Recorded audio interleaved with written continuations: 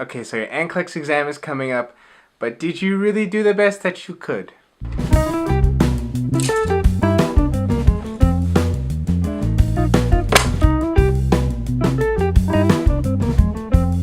Okay, so this week's video is gonna be mostly about my regrets. Regrets and also some things that I decided not to be regretful about. I'm going to compare how I prepped myself for this test before and then how I decided to prep myself now. Number 1.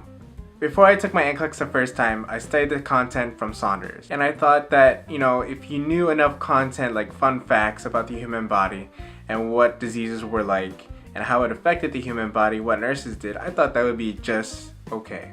But I didn't know how the systems interacted with each other, what particular relationships each systems had, and that definitely did not help me whatsoever. I realized that maybe that's the kind of style that they teach in nursing school. At least that's what happens when you go to school in the Philippines, when their board exam I think is like that. This time around I understand what it means to have a picture of your client. When you go through the different systems, you can see what's affected, what's compensating for that system, or how the body overall systemically is affected. Critical thinking. It's not just about the fun facts. Number 2. When I found out that there were different difficulties of questions in the Nclex, I thought, oh, maybe I'm just answering easy questions. I need to answer the harder questions. So I bought a book, the Lippincott Q&A, and I decided just to study that and read the rationales. My fault was I didn't know how to study the questions because I'd be so overworked doing 100 questions at a time, and rationalizing I would just get burned out, and then I just wouldn't pick up the book for a couple days. I probably answered less than 1,000 questions. My first time around reviewing with Saunders, I did some questions, and then after that, it was just so-and-so. I didn't really look into questions, I didn't understand concepts. I just answered questions as if it was just some random pop quiz that I wanted to get over with. My approach was bad. After failing my second exam, from that point up until now, I've answered over 2,000 questions. And I still plan to answer more and even go back, read the rationales, make concepts a little more clear to me so that I don't just memorize the answers, or at least I don't review rationales just for the answers, but for the concept, for the understanding. So I reinforce the critical thinking. It's okay for me to, get bad scores on the exam. When I go in and take my sets of 25 questions or more and I get a bad score, at least a very low score, I'm not too depressed over it, I'm not too sad about it, because once I go through the rationales, I can expect, at least have an idea that I understand these questions. If I go back to them again, the idea is to not fail those questions again. Because I understand the question, I understand the system, I understand what's being asked and how to answer this question. I treated the exam like it was nursing school all over again. And like I said in my other video, I didn't have to work that hard in nursing school. Like, it was okay for me to just do the bare minimum. Like, it was okay for me to read the handouts, scroll through a book real quick, and that would be okay, and I would pass the exam. Sometimes I would even top my exam. I knew that if I went in there, I could not fail. This time around, I know what it's like to fail, and I failed twice. This is one of the first times that I've actually failed something big in my life, and this is something that I'm really gonna pursue at, and I'm gonna be persistent. I'm treating it like I'm going to be a professional, I'm going to work as a nurse, I'm going to be a nurse, and I'm actually going to take care of clients. Nursing school was just about passing and being able to graduate. Now it's not just about passing or graduating.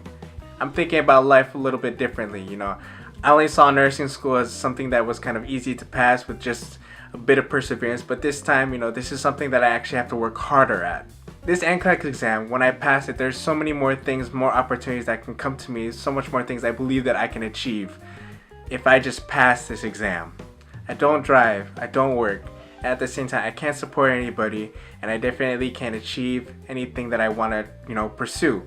The things I want to do, they take money, they take time. A good amount of my time is, spent on church, or if it's spent here on reviewing, and occasionally going out, hanging out with friends. And I don't have the money, and my parents just want me to just stay here, review, and just focus on my exam so that I could just pass it one and go. My motivation is now different. So in the end, I know what it's like to be at my worst. And I can definitely say that now this is the time where I'm at my best. So this is my last week, my last 8 days, and I'm going to take my Nclex. I don't know what the result is, and I'm praying to God that, the best outcome happens. I spent a lot of my time saying, Lord, it's in your time, not mine. It's been about 8 months since I took my first NCLEX. And I can say that I've learned a lot. I looked at life a little differently. And I can say that my relationship with God has definitely changed. And it's definitely helped me to persevere through all these hard times in between. And in the end, this is my best. I'm happy and I'm proud, and this time around, it's not just me. I believe that, God works through me, through knowledge and wisdom to be able to understand these things. Any question could pop up on the exam, and it could be the questions that I can answer, it could be the questions that I can't answer at all. So yeah, I don't know what you're doing, what doesn't work for you, what does work for you, but it's very important that you start to see what things you could do more. Some people give up social media for a while until they pass their exam. Or maybe some social time going out. Maybe you just need to stay indoors. Maybe you just need to change your environment. Maybe you need to try a different approach.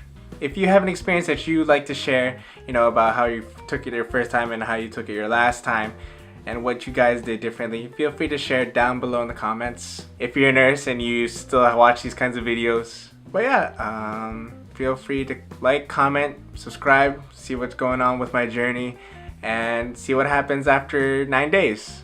So with that said, study well, rest best, and pray the most. Thanks for watching.